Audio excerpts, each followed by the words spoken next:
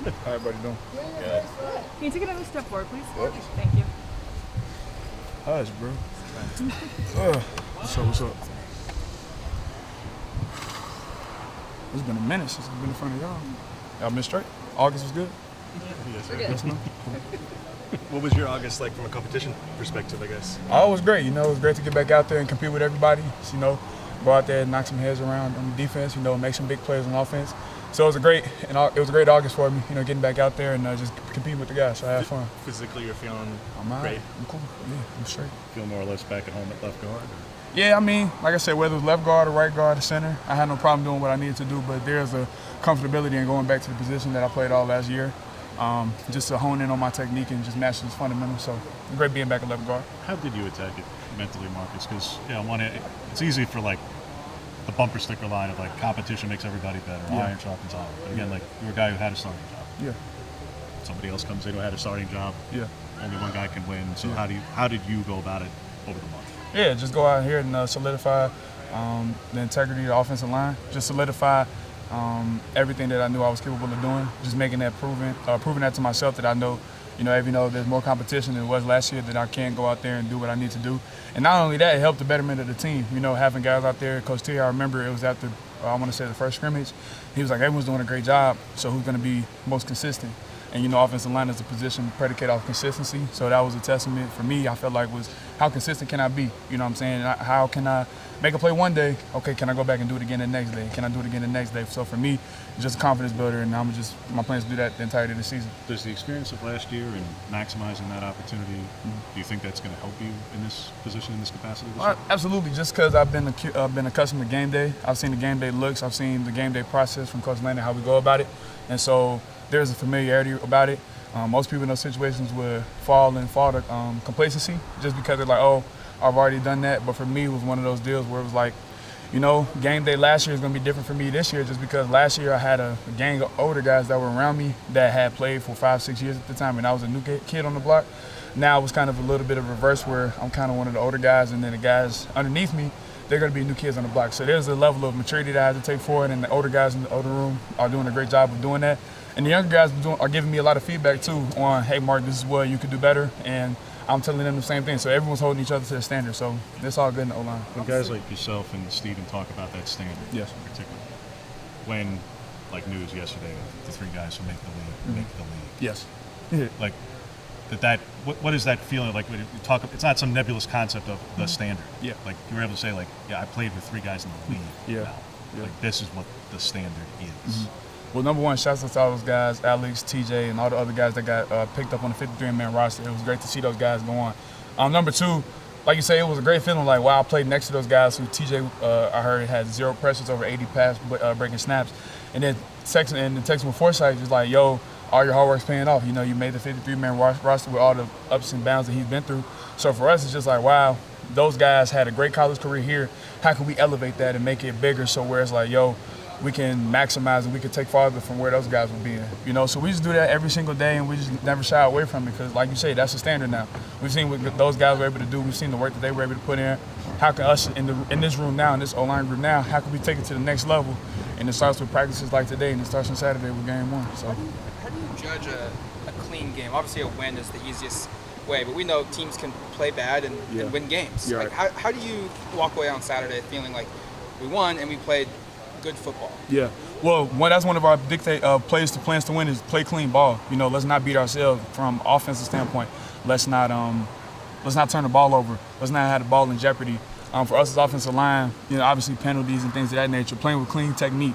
Are we finishing guys after the play? Are we running to the ball?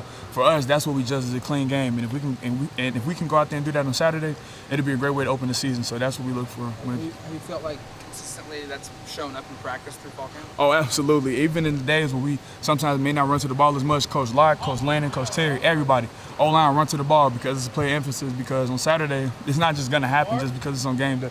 It's not just going to happen. So that's one of those deals where we have to practice it day in and day out. So us in the O-line room, we hold each other to the standard, and the coaches do a great job of 5-yard burst O-line, because like you said, on Saturday, we got to keep chasing downfield and making those extra boxes for 0, 6, and 20, and 10, and whoever else got the ball in their hand.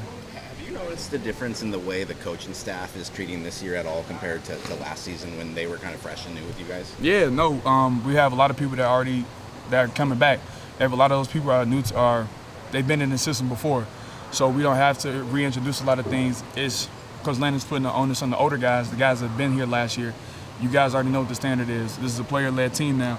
We don't have to introduce a lot of new things to everybody.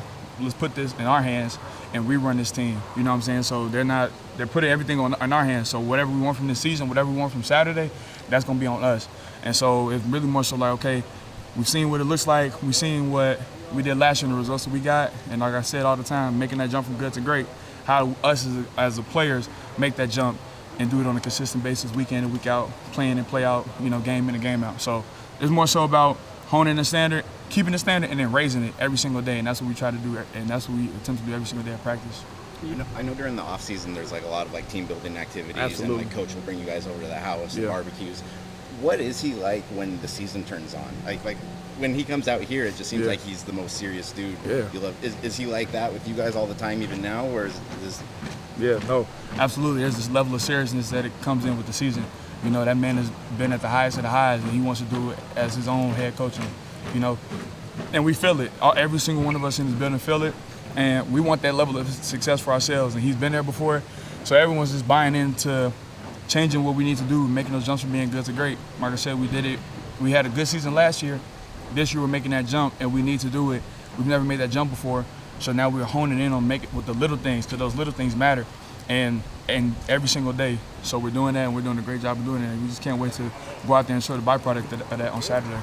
Has time spent working at center at all helped you? What up, Steve? Has that helped you with your understanding of just how the defense works, the offense works, and kind of how you fit in all those spots? Absolutely. If you can play, flexibility is great for any position. So especially at center, because you're inevitably the second quarterback. And so whenever you can get a bigger picture of like, okay, safety rotation, loaded fronts, everything of that nature.